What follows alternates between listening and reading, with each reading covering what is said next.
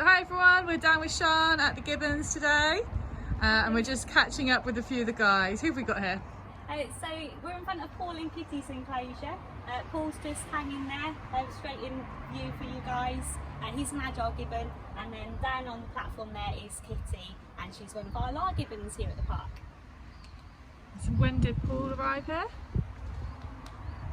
Paul arrived here in the early 2000s. He was actually one of the individuals that came to us from Pingtung Rescue Centre. So he was wild caught and smuggled into the illegal pet trade. When he was found, he was taken to that rescue centre, but unfortunately he couldn't be re-released, and so that's why a number of the individuals actually came to us here at the park. And Kitty's just started calling and joining in with us, that's nice. Always tries to outbeat us. And where's she from? So Kitty was actually born at Pingtung Rescue Centre.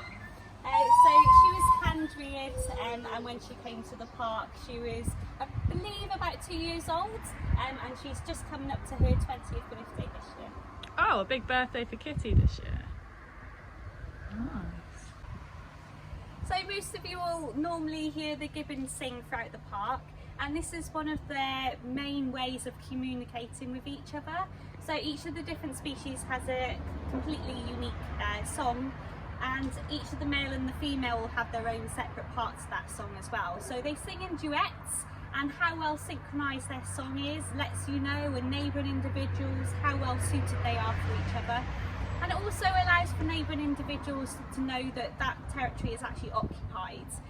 So if there was a lone male and he's wanting to find some love, he'll be listening out to neighbouring individuals to see if they've had a bit of a disagreement, their song isn't that well synchronised, and he might be in for a shout. So being quite quiet here at the moment. Kitty has been singing along. Normally we always have Paul singing along to you guys, but the Siamans definitely have the loudest voices. And this is because they've actually got a throat pouch that they can blow out and help bellow out their song.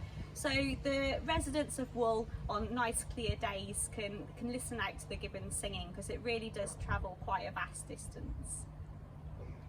Thank you. Is there ever any problems in the wild when because gibbons sing? So the gibbons, even though they have really beautiful voices, it's actually one of their biggest downfalls, and this is how the hunters actually pinpoint them out in the forest. So even though it is a lovely song to hear, because of their voices and how loud they are, it's actually caused them to be threatened with the risk of extinction, because this is how they're losing quite a lot of their numbers through hunting. So how are these guys doing? They're doing really well. They're really enjoying the sun at the moment, so we're feeding them outside using their pulley feeders, so they are spending most of the time sunbathing on the platforms and just soaking up the sun really. So we're in front of Jake and Zoe's enclosure. Most of you might know it as Fox and Ella's, but they've now moved down to the Stumpy house. So Jake and Zoe are doing really well up here at the main house. They're enjoying their enclosure, enjoying the platforms in the sun as well. So it's nice to have another set of golden cheeks further up the park. What other species have we got have gibbons here at the park? So here at the park we've actually got 5 different species of gibbons. So we have the golden cheek gibbons, just like Jake and Zoe. We've got the Siaman gibbons that are one of the largest species down at the bottom, they're salmon sasak. We also have 3 Muller's gibbons, so we've got Tulume, Mimi and Fox, they're one of the smaller species. And then we've also got the large gibbons, we've got Kitty and Ella. And then finally we have Paul, who's our adult gibbon. So it seems like Jake's pretty active and Zoe's pretty quiet. Is that quite normal for these two? Yeah, so Zoe is quite a quiet individual. She likes to keep to herself. She tends to not really crave any human attention, which is really good. Whereas Jake, he does have quite a big personality. He is very kind of in love with some people and very much dislikes other people. So you really just got to watch his behaviours as he goes around. But he's settled down now. He's just keeping an eye on us, which is good. And these two have been together quite a while at the park, haven't they? Yeah, so they actually were placed together in the early 2000s. Zoe came as one of the individuals from Pingtung Rescue Centre, And when she arrived, she was looking for a mate, and we were part of the breeding program at that time. And Jake was actually brought to us from Los Angeles Zoo as part of the breeding program. And they've actually been really successful. They've had 2 offspring while here at the park. So we've still got Kim, who's partnered with Sian in the Middle Forest enclosure, and their son Zach has actually gone out to France now with Tia Nang. So we're not actually breeding the golden cheek gibbons here at the park anymore. We're doing some really great work in partnership with Tien out in Vietnam, and they've actually rescued and rehabilitated quite a large number of golden cheek gibbons, and hopefully re-releasing some of those paired up ones back into the wild. So here we've got Teo, haven't we? So he's a young male. Is there any way you can tell this from the gibbons?